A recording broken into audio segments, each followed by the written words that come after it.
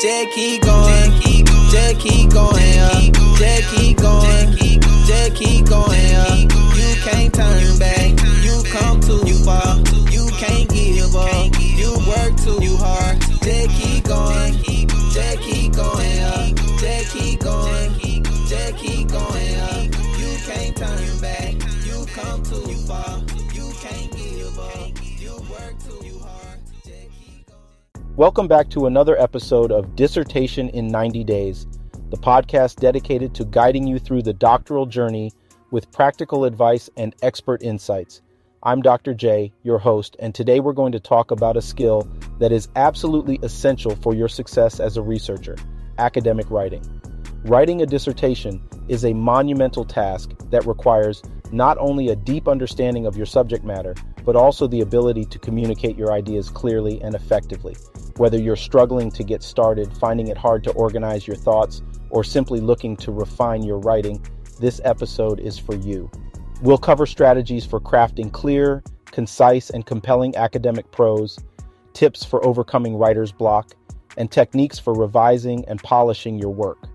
We'll also delve into how you can develop a strong academic voice and ensure that your writing not only meets, but exceeds the expectations of your committee. So let's dive in and turn your dissertation into a piece of writing that truly reflects your hard work and expertise. Let's begin by addressing one of the most common challenges that graduate students face: getting started. The blank page can be intimidating, and it's easy to feel overwhelmed by the sheer scale of the task ahead. But remember, every dissertation, no matter how impressive, started with just a single sentence. The key is to take it step by step. One effective strategy for overcoming the fear of starting is to break down your writing into smaller, more manageable tasks. Instead of thinking about writing an entire chapter, start with a section or even a paragraph. Set a small, achievable goal for each writing session. This could be as simple as writing 200 words or outlining the main points you want to cover. These small goals can help build momentum and make the writing process feel less daunting. It's also helpful to start with a section of your dissertation that you feel most comfortable with. For some, this might be the literature review, where you can summarize and synthesize the work of others. For others, it might be the methodology section, where you outline the research design and procedures you've been developing for months. By starting with a section that feels more familiar, you can build confidence and establish a writing routine that will carry you through the more challenging parts of your dissertation. Another important aspect of academic writing is clarity. Your goal is to communicate complex ideas in a way that is easy for your reader to understand. This doesn't mean oversimplifying your content, but rather it means organizing your thoughts logically and using language that is precise and straightforward. Avoid jargon unless it is absolutely necessary, and when you do use technical terms, make sure to define them clearly. One way to enhance clarity in your writing is to focus on the structure of your sentences and paragraphs.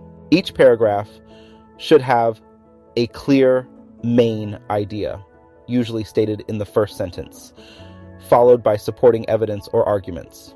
Within each paragraph, your sentences should flow logically from one to the next, with clear connections between your ideas. Transition words and phrases like therefore, however, and in addition can be incredibly helpful for guiding your reader through your argument. But clarity doesn't just happen at the sentence or paragraph level. It's something that needs to be maintained throughout your entire dissertation. This is where having a clear organizational structure is crucial. Before you start writing a chapter or even a section, take the time to create a detailed outline. This outline should include the main points you want to cover, the evidence or examples you will use to support each point and the order in which you will present them. Outlining not only helps you organize your thoughts, but also makes it easier to spot gaps in your argument or areas where you need more research. When creating your outline, think of it as a roadmap for your dissertation. It should guide you through the writing process and keep you focused on your key objectives. An outline can also be a useful tool for keeping track of your progress. There's something satisfying about ticking off each section as you complete it. Now let's talk about finding and developing your academic voice. Your voice is what sets your writing apart from others and makes it uniquely yours. In academic writing, your voice should convey authority, confidence, and a deep understanding of your subject matter, but it should also be engaging and accessible, drawing your reader in and keeping them interested in what you have to say. Finding your academic voice can take time, and it often involves trial and error. One way to develop your voice is to read widely in your field. Pay attention to how established scholars write, how they structure their arguments, how they use evidence, and how they engage with their readers. While you shouldn't mimic someone else's style, you can certainly learn from how they craft their writing and apply those techniques to your own work. Another aspect of developing your voice is being aware of your audience. In the case of your dissertation, your primary audience is your committee, but it's also important to consider the broader academic community.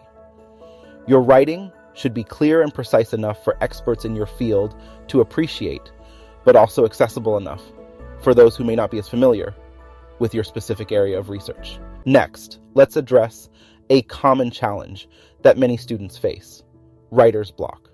Writer's block can strike at any time, often when you least expect it. But the good news is that there are strategies you can use to overcome it. One effective technique is free writing. Set a timer for 10 or 15 minutes and write continuously without worrying about grammar, punctuation, or whether your ideas make sense. The goal is to get your thoughts out of your head and onto the page. Free writing can help you break through mental barriers and generate new ideas. It can also serve as a warm-up exercise before you tackle more structured writing. Another strategy for overcoming writer's block is to change your environment. Sometimes a change of scenery can stimulate creativity and help you see your work from a fresh perspective. If you usually write at your desk, try moving to a different room, a coffee shop, or even a park. A new environment can reduce distractions and provide a mental reset. Incorporating regular breaks into your writing routine is also crucial. Writing for long periods without a break can lead to mental fatigue, which can exacerbate writer's block. Try the Pomodoro technique. Write for 25 minutes, then take a 5-minute break. After 4 sessions, take a longer break of 15-30 minutes. This structured approach can improve your focus and productivity. Let's not forget the importance of revision. Your first draft is just that, a first draft. It's an important step, but it's far from the final product. Revision is where the real magic happens. During revision, you have the opportunity to refine your arguments, clarify your language, and ensure that your writing is as effective as possible. Start by reviewing your overall structure. Does each chapter, section, and paragraph contribute to your main argument? Are your ideas presented in a logical order? Do you have sufficient evidence to support your claims? Once you're satisfied with the structure, focus on clarity and style. Look for sentences that are too long or complex and try to simplify them. Check for repetition or redundancy and eliminate unnecessary words or phrases. Another key aspect of revision is proofreading. This is where you focus on grammar, punctuation, and spelling. It's a good idea to take a break between writing and proofreading. This allows you to approach your work with fresh eyes. Reading your work out loud can also help you catch errors that you might miss when reading silently. But let's take revision a step further. Consider the feedback loop. Writing can be a solitary activity, but it doesn't have to be. Seek feedback from your advisors, peers, or even a writing group. Feedback can provide you with new perspectives, help you identify areas for improvement, and give you the motivation to keep going. When receiving feedback, try to approach it with an open mind. It can be difficult to hear criticism of your work, but remember that feedback is an opportunity to learn and grow as a writer. Take the time to consider the suggestions you receive and think about how you can incorporate them into your revisions. Feedback isn't just about making changes. It's also about understanding the reader's perspective. What parts of your dissertation are clear and compelling? Where do readers get confused or lose interest? By understanding how others perceive your writing, you can make informed decisions about how to improve it. Let's also talk about the importance of maintaining consistency in your writing. This goes beyond just ensuring that your arguments and tone are consistent. It's about maintaining consistency in your formatting, citation style, and overall structure. This is especially important in a dissertation, where small inconsistencies can distract from the overall quality of your work. To maintain consistency, create a style guide for yourself. This can include rules for how you'll format headings and subheadings, how you'll cite sources, and even how you'll structure different sections of your dissertation. By having a set of guidelines to follow, you can ensure that your writing remains cohesive and professional throughout. Finally, let's talk about the role of persistence in academic writing. Writing a dissertation is a marathon, not a sprint. There will be days when the words flow easily, and there will be days when every sentence feels like a struggle. That's okay. What's important is that you keep moving forward, one step at a time.